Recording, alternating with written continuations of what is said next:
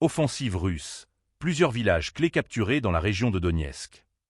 C'est la réalité des avancées militaires en République populaire de Donetsk, RPD, où les forces armées russes ont récemment pris le contrôle de villages stratégiques, renforçant leur emprise sur cette zone de conflit. N'oubliez pas de vous abonner et de partager vos avis.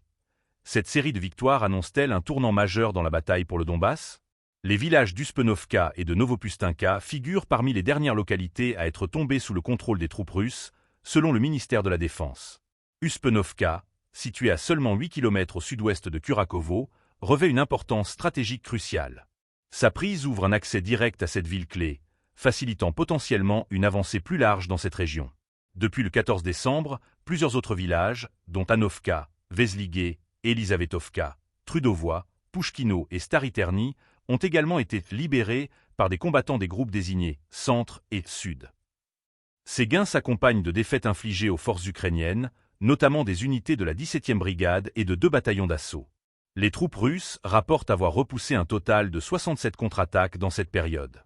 Les combats dans la zone d'opération Sud ont infligé, selon les estimations russes, des pertes considérables à l'armée ukrainienne. Plus de 2365 militaires auraient été tués en une semaine. À cela s'ajoute la destruction d'un char, de 5 véhicules blindés de transport de troupes, dont un modèle Stryker de fabrication américaine, ainsi que de 3 véhicules M113 également produits aux États-Unis.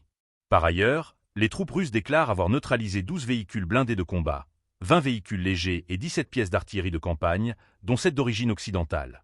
Dans la zone centre, les pertes ukrainiennes sont encore plus lourdes.